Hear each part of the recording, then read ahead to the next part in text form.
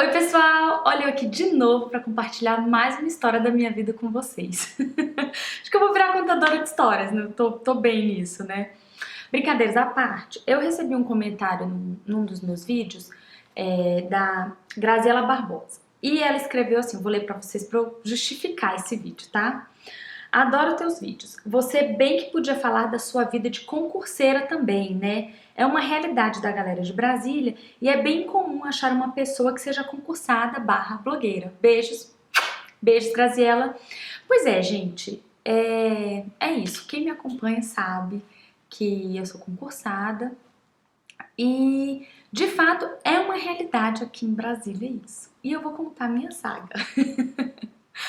Bom, a minha família não é de fora, né? Eu sou de Macapá, como eu disse, a maioria do Nordeste. E eu nunca tinha ouvido falar em concurso público, gente. Eu estudei, meus pais não são concursados, então eu passei a vida inteira sem nem saber o que que era, do que se tratava. E eu, no segundo grau, o que que você vai fazer? Eu falei, vou fazer ciências políticas e tal, que é uma coisa que eu gosto. E fiz o PAS na época, que não era Enem, era PAS, a gente fazia 3 etapas. E eu marquei ciência política na terceira etapa, né? Primeira, segunda, terceira. E eu não passei. Aí eu falei pros meus pais, eu falei, olha, pai e mãe, eu vou fazer cursinho, vou fazer 6 meses de cursinho pra tentar a ciência política no próximo semestre. Aqui em Brasília o UNB é semestral, o vestibular. E vou tentar vestibular para ciência política, é o que eu quero. Aí meus pais, não, claro, tudo bem, filha, te apoio. E aí eu viajei de férias. Quando eu voltei, tava em cima da minha cama uma camiseta, um adesivo de carro, parabéns, e um bilhete, eu não me lembro direito, mas era assim, resumindo, meu pai tinha me matriculado no curso de Direito. E ele falou, olha filha, tá aí, você vai fazer à noite, eu te matriculei à noite se você quiser, daqui a um semestre, você vai cursar um semestre de Direito pra ver o que você acha. E se você não gostar, no próximo semestre se você quiser, você continua o curso de Direito à noite e faz um cursinho de manhã para vestibular. E eu falei, tudo bem, pai, vamos ver o que é isso aí, o que é esse de Direito. E comecei a fazer a faculdade à noite. Aí fiz um semestre, aí gostei. Aí eu falei, quer saber? Vou fazer Direito. Aí fiz outro semestre, outro. E quando eu tava no sexto semestre, quinto ou sexto semestre, não me lembro bem, meu pai me colocou para estagiar lá no STJ, Superior Tribunal de Justiça. E aí eu fui estagiar lá no STJ, comecei a trabalhar, e eu não sabia que as pessoas que estavam lá eram, assim, eu sabia que era concurso e tal, mas eu nunca tinha feito, nunca foi uma coisa assim que eu procurei. Na minha cabeça eu ia advogar, eu nem pensei nisso. Tanto que a minha preocupação era arrumar um estágio no escritório de advocacia para eu aprender. E foi o que eu fiz no sétimo semestre. Sétimo semestre entrei no escritório de advocacia e comecei a estagiar lá. Então eu fazia estágio no STJ de manhã, estágio no escritório à noite e faculdade. Estágio no escritório à tarde e faculdade à noite. Correria total. E um belo dia, uma amiga minha falou, Lute, vamos fazer concurso, por que você não faz esse concurso aqui e tal? Eu falei, quer saber, acho que eu vou fazer esse concurso.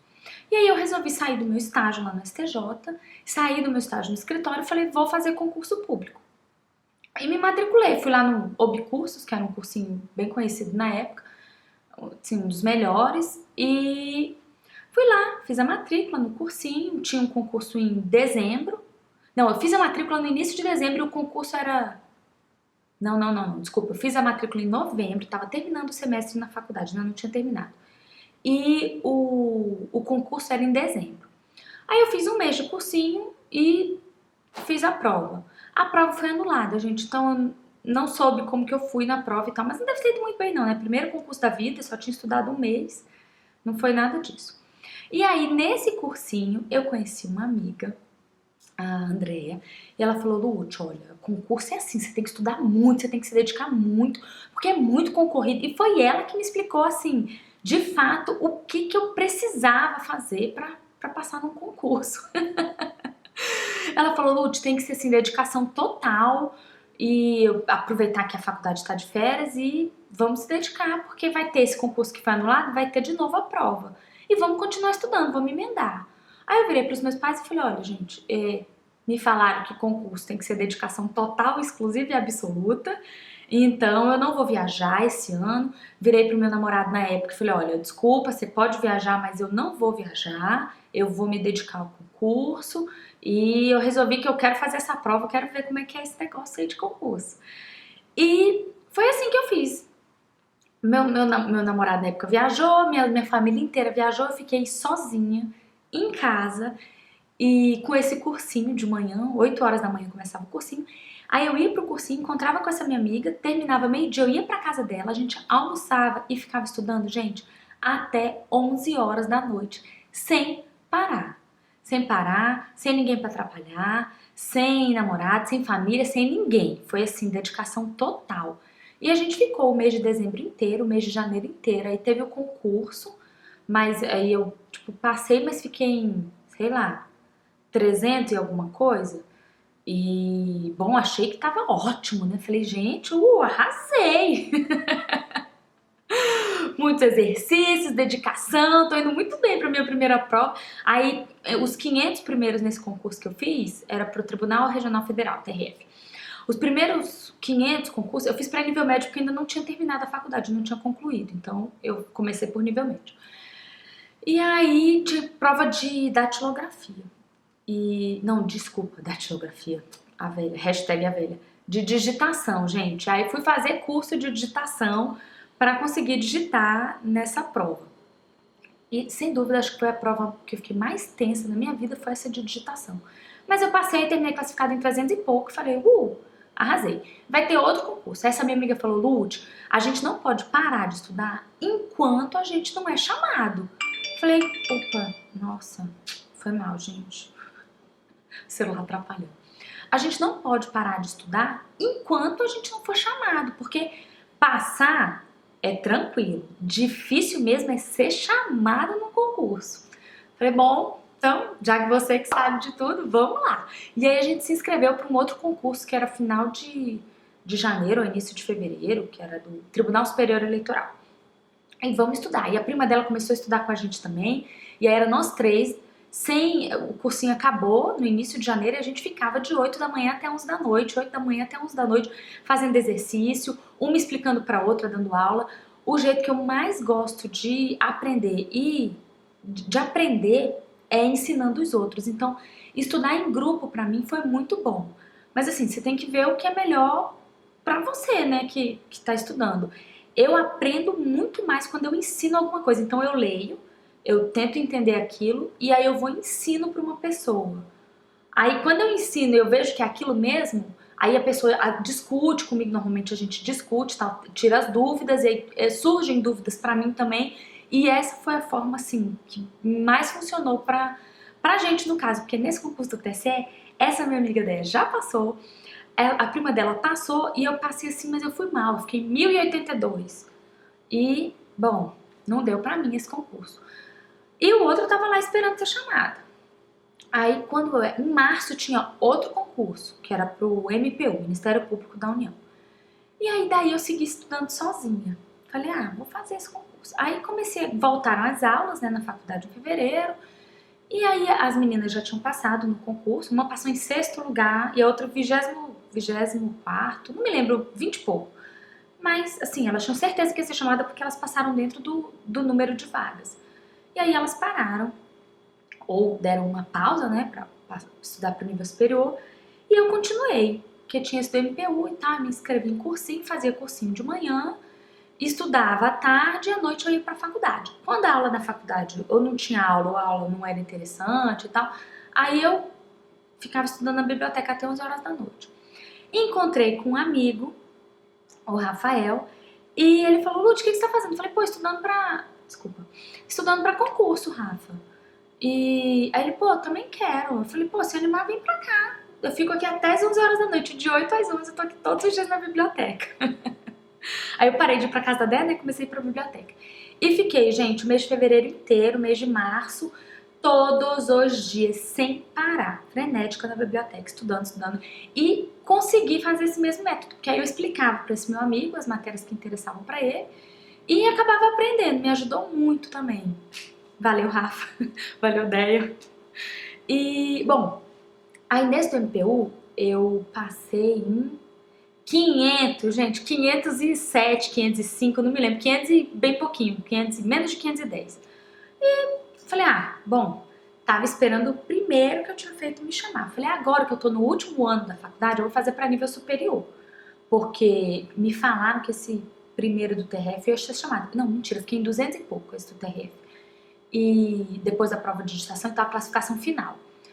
Não, você vai ser chamada com certeza nesse e tal, do TRF, fica tranquila. E aí eu comecei a estudar para nível superior.